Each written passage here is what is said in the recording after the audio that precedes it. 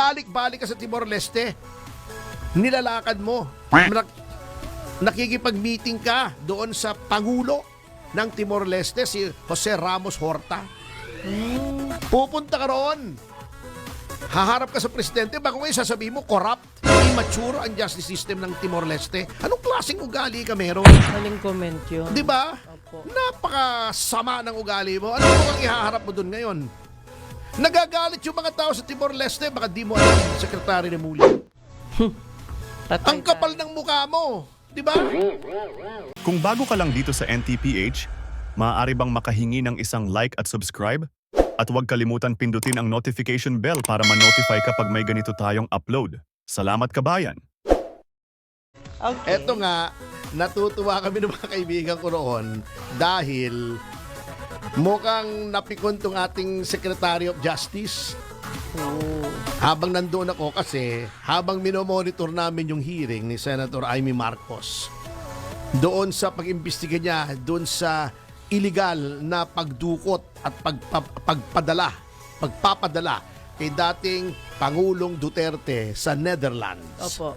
ay lumabas naman yung desisyon ng plenaryo ng hukuman, yung pinakamataas na hukuman sa Timor-Leste, na nagsasabing denied yung extradition ni Congressman Arnolfo Teves. Di ba? Lumabas ng balita yun dito. Opo, opo. Na sinabi ng isang 5-man plenary, unanimous ito. Ibig sabihin, lahat ng 5 na nag-aral ng kaso ng mga maestrado ay nagsabing hindi dapat ibalik sa Pilipinas si Congressman Teves. Bakit? Ayun. Dahil may posibilidad na siya ay mapasailalim sa torture, sa hindi makataong pagtrato, sa pagpapahirap, at kung ano-ano pang mga harassment base sa mga testimonya ng mga witnesses at sa mga nakita nila siguro dito sa pangyayari dito kung saan ang mga kalaban ng gobyerno ay tinutuligsa. Di ba? Ako, twice ako nagtestigo roon, kinuwento ko yung mga pangyayari rito. Yung si Hannah May Oray, na matagal ng tauhan ni Congressman Teves. Babae yun, ha? Opo. Yun ay tinakot, pinagsasasampal daw, tinutukan pa ng baril sa muka, pinipilit na ituro si Congressman Teves na mastermind ng Degamo killing. Oh. Wala naman siyang maituturo sapagkat hindi naman totoo. Plus, yung mga testigo rito na yung kanilang mga dating testimonya nung nahuli sila, gumawa sila ng mga testimony na tinuturo si Congressman Teves. Kasi noon, tinakot sila yung isa. Binitin pa daw Oh, ng torture patiwarik. talaga. Oo. Wala silang sarili nilang abogado. Siyempre, ang abogado nila yung PAW na hindi naman daw umimik. Kanya, alam nyo, umpisa nung nangyari yon na yung PAW ay parang hindi nagprotesta sa ginagawang pagpapahirap dito sa mga mga akusado, mga Opo. co-accused na dinampot. Opo. Sinabi ni PAW Chief Percy Rueda na hindi na po aasiste ang PAW sa mga extrajudicial confession kasi ginagamit ng mga may kapangyarihan ng mga law enforcement authorities para patunayan na walang torture, walang pananakot, walang panggigipit. Hindi naman totoo. Kaya lang minsan, ewan ko, magaling kasi ang nitong si Percy Rueda. Opo. At alam nyo, karamihan naman ng mga PAW, magagaling yan. Bilib ako sa PAW. Kaya lang, minsan, halimbawa, nasa NBI ka, usually, yung mga baguhan ang pinapadala, syempre, medyo naiilang din sila, natatakot pumalag o nakikisama. Kahit may nakikita silang hindi maganda, ay pumipirma na rin sila. Ngayon, itong mga testigo laban kay Congressman Teves na tinakot, sinigawan, kung ano-anong pananakot ang sinabi na madadamay ang pamilya nila. Nung nagkaroon din sila ng pagkakataon na sila ay magkaroon ng sarili nilang mga abogado, Okay. binawi nila yung mga sinasabi nila na sila ay kasama sa pagpaslang kay Governor Digamo, tinuturo nila si Congressman Teves. Oh. Yun. Isa yon sa mga factors. Okay. Yung mga ginawa sa mga testigo. At yun ay nag-testify kami roon. Ang gobyerno ng pamahalaan ay nagpadala rin ng mga witnesses doon. Nag-testify din sila via Zoom. Ang nangyari, eto ang history niyan ha. Ikwento ko lang. Sige po.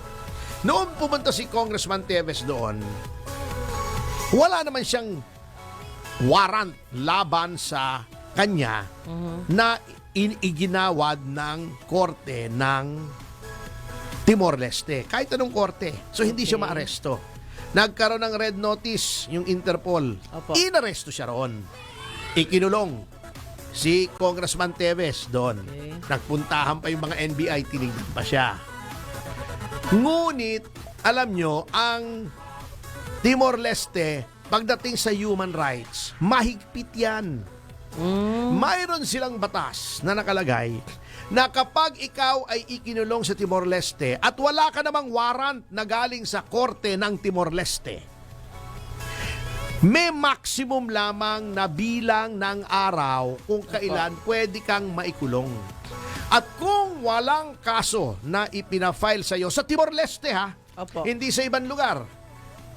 Sa Timor-Leste, yan po kasi ang example ng sovereignty. Wala kaming pakialam kung may warrant ka sa ibang lugar, basta kung wala kang warrant dito, hindi ka namin pwedeng galawin. Ayun. Kaya lang, siyempre, Interpol. Opo. Tama naman yung pagpapatupad ng red notice ng Interpol kay Congressman Teves. Kinulong siya temporarily. Ngunit, noong lumampas na ang maximum number of days na pwede kang ikulong under Timor-Leste law. So, ang sinusunod nila yung batas nila, hindi Okay. batas ng sino pa man. That's good. Pinakawalan na siya. Di ba, nagagalit sila, ba't daw pinakawalan? Eh, yun po ang batas sa Timor-Leste. Ayun. So, naghain ng extradition ang Pilipinas. Okay. Nilitis. Lumabas ang desisyon. Ginrant ang extradition. Yun ay may apila pa. Ayun. Ang ginawa namin, nakita namin na mayroong maling ginawa ang korte ng Timor-Leste. Isang huwes lamang ang duminig, ang humarap sa amin upang dinggin ang kaso. Pero ang pumirma doon sa extradition ay sa order na pinapatupad o pinapayagan ng extradition ay Opo. 3 mahistrado. Okay. Sabi namin, mali yan, walang due process. Ano ba yung due process? Ano bang definition ng due process? Oo. It is a law that hears before it condemns. Didinggin ka muna bago ka paparusahan o bago magdesisyon. Yung 2 mahistradong pumirma ron sa desisyon na dapat payagan ng extradition, di naman nila nadinig si Congressman Teves. Di naman nila nadinig yung mga testigo. Di naman sila present nung nagkaroon ng trial. Sabi namin, may mali sa procedure. Pinakinggan kami Oo. na void, na null and void yung extradition. Okay. O, di kung ano-anong pinagsasabi ni Remulla. Eh, ganun talaga ang apila sa Timor-Leste. Yun ang procedure. Okay. So, ang nangyari, di null and void. Pero, hindi naman ibig sabihin, hindi ka na pwede mag-file ulit. Ah. Kasi technicalidad lang naman, technicality. Opo. Nag-file ulit ang pamahalaan. Nag-hearing ulit. Bumalik ulit ako roon. Nag-testify ako. Abang nag-testify doon ako, si Commissioner Wilhelm Soriano, dating Commissioner ng Human Rights dito sa Pilipinas bilang expert witness.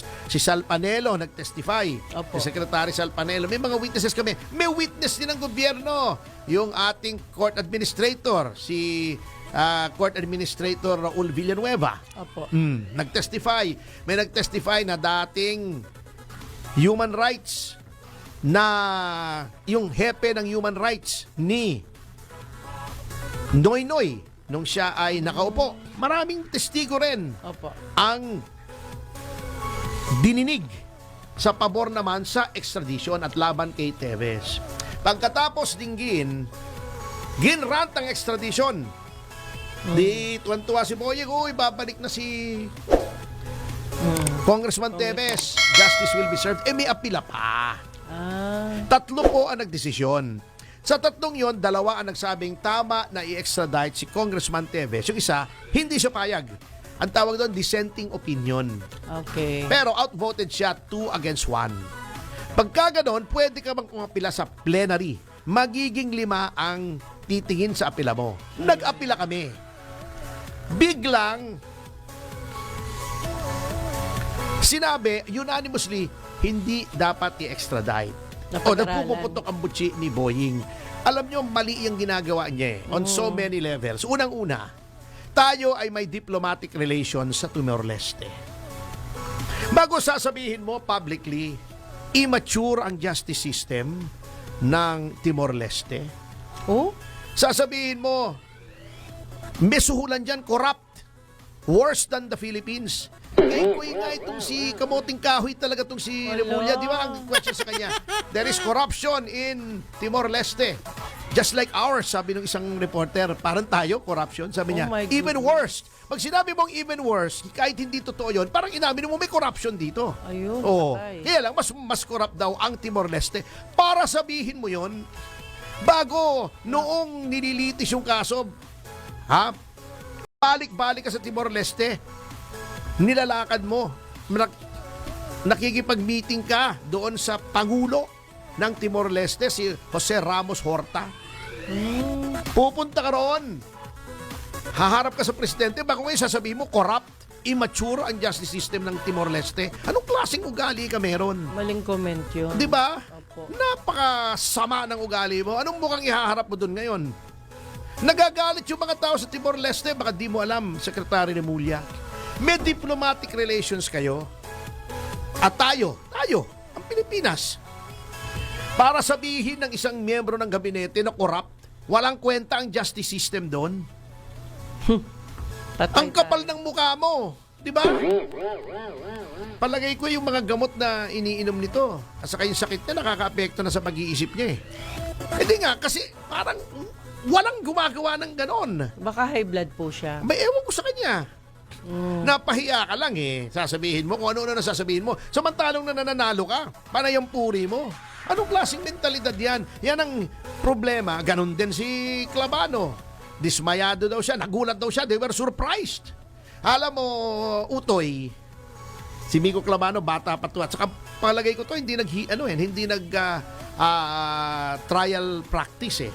Hindi pa yata ito nakakapasok sa loob ng hukuman. Ang kaso po talaga ay ganon. Di ba? Opo. Kapag ikaw ay natatalo, apila ka lang. Dito, ilang beses kaming natatalo sa kaso ni Arroyo, ni Mrs. Arroyo, kaso ni FG Arroyo. Okay. Natatalo, nagkapila. Ultimately, nanalo kami sa Korte Suprema. Nung natatalo kami, wala kami sinasabing corrupt itong mga huwes na ito.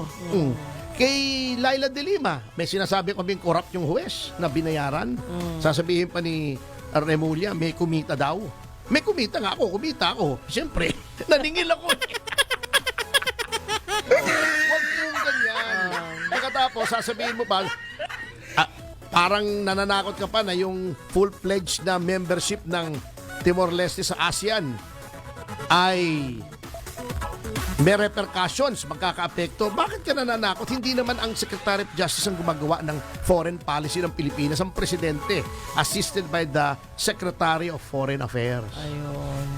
Ito lang ang makikita natin ang contrast between Timor-Leste. Hindi po immature ang justice system ng Timor-Leste. Mature. Bakit? Ito ang contrast Dito sa Pilipinas, Filipino citizen, hindi natin pinotektahan. Former president pa. Hindi natin binigyan ng due process, hindi natin sinunod yung extradition law natin at mismong konstitusyon natin. Di natin sinunod. Ibinigay natin si PRRD. Kumbaga, Basta na lamang. Pinahiya.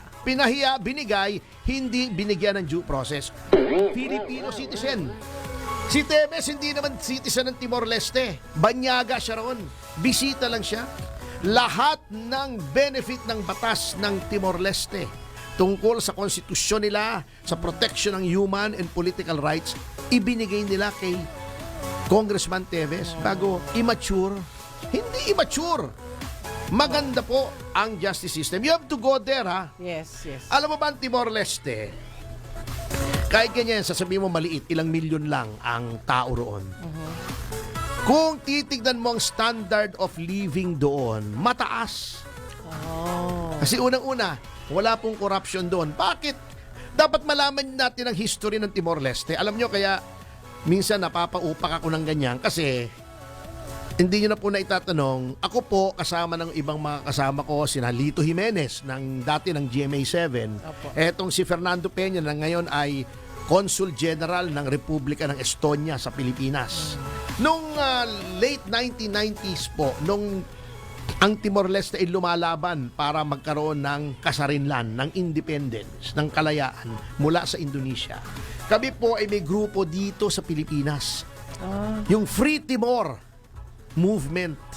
Na kami ay tumutulong maghulma ng public opinion na mabigyan ng Indonesia, palayain na ng Indonesia ang Timor-Leste. At yun nga po dahil sa intervention ng iba't ibang mga bansa rin, katulad ng Australia, lalo na Australia. Opo.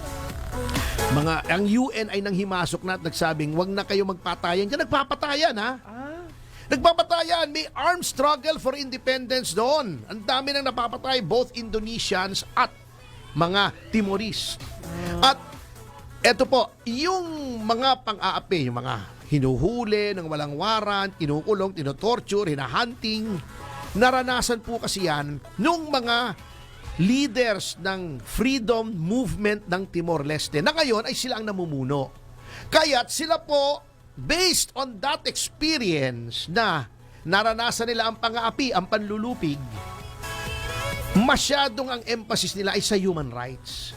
Opo. At yan ang naibigay nilang benefit kay Congressman Teves na kapag tingin nila na ikaw ibabalik sa isang bansa na ikaw ay aapihin, hindi sila papayag. Ayun. Yan ang historical experience. Hindi po kasi alam nung iba yan. Ayun. Kaya ganun-ganun na lang sila mag-criticize. Alam niyo po sa Timor-Leste, kahit maliit na bansa, hindi pa sila ganun ka-develop. Opo.